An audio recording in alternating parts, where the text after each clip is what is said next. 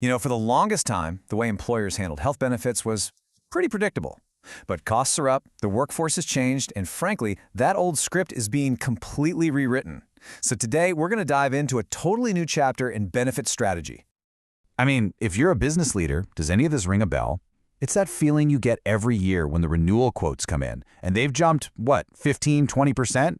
Or maybe it's hearing that your team is stuck with a one-size-fits-all plan that doesn't really fit anyone. And all that financial risk, it lands right on your company's shoulders. But what if you could just flip that? What if you could step away from that system of crazy, unpredictable costs and step into a model that gives you budget certainty and gives your employees real, actual choice? So let's just put it side by side, right? On the left, that's the old way. That's the traditional group plan we all know. You've got volatile costs, rigid choices, and the employer takes on all the risk. Your premiums are literally tied to how many claims your team has. But look over on the right. That's the ICHRA model. Costs are predictable. Choices are flexible. And that huge financial risk, it gets transferred away from you and onto the insurance carriers. It's a fundamental shift. Okay, so what is this thing? What are we talking about here? It's called an ICHRA, and that's short for Individual Coverage Health Reimbursement Arrangement.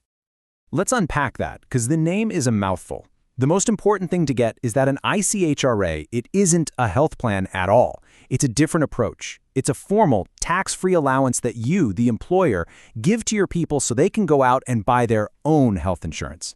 See the difference? You're not picking the plan anymore. You're funding the benefit. I love this analogy because it just nails it. A traditional group plan is like taking your whole team to a cafeteria where there are like 3 things on the menu. Take it or leave it.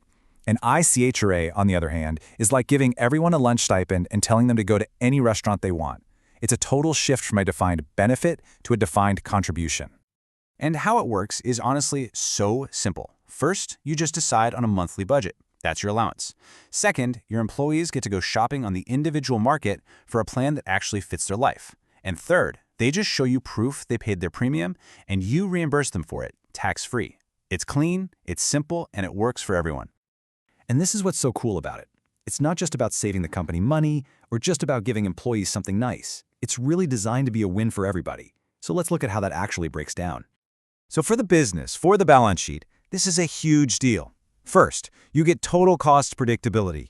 Your health benefit expense is exactly what you say it is. No more holding your breath waiting for that renewal letter. Second, you transfer the risk. Since employees are on individual plans, their big claims don't hit your bottom line. Plus, you get amazing strategic flexibility, and it's super scalable. It works just as well for 10 employees as it does for 5,000. Okay, now let's flip it. What's in it for your team? The biggest thing, by far, is total choice. They get to pick the plan, the network, the carrier. They can pick a plan that has their doctor in it. This can also mean big potential savings, especially for younger folks who don't need a super rich plan. And maybe my favorite part, portability. That insurance policy belongs to them. If they leave the company, the plan goes with them. No more gaps in coverage. All right, let's talk about some real-world examples, because this is where it clicks. Picture a young, healthy new hire.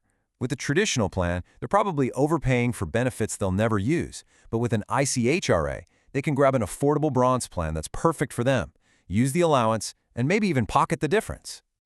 Or hey, what about a family, right? Their number one priority might be keeping their kid's pediatrician. But what if that doctor isn't in your company's one-size-fits-all plan? With an ICHRA, they have the freedom to find a gold plan specifically because it includes that doctor they trust. That's a massive win. And this one really shows you just how flexible the whole thing is. For your employees who are eligible for Medicare, they can actually use the ICHRA allowance to pay for their Medicare Part B or D premiums or even a supplement plan. It's an incredible way to support your entire workforce, no matter what stage of life they're in.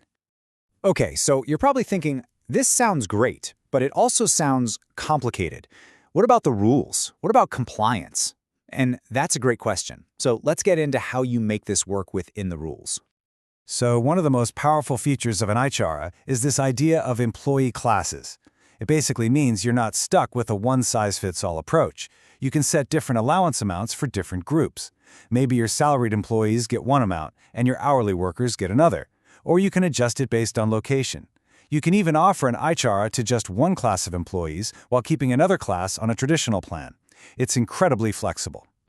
But here it is, the million-dollar question for any large employer, right?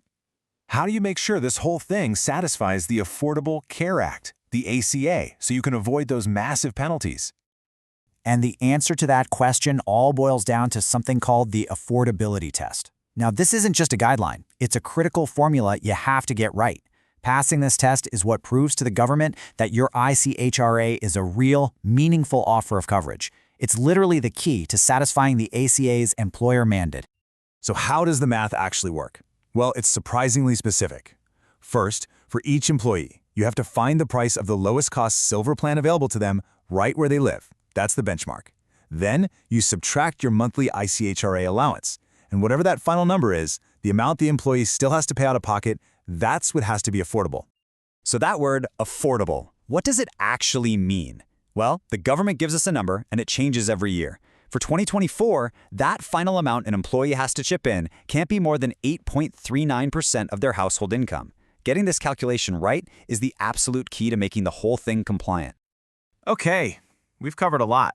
The what, the how, the rules. So now the big question is for you. Is this model the right fit for your company?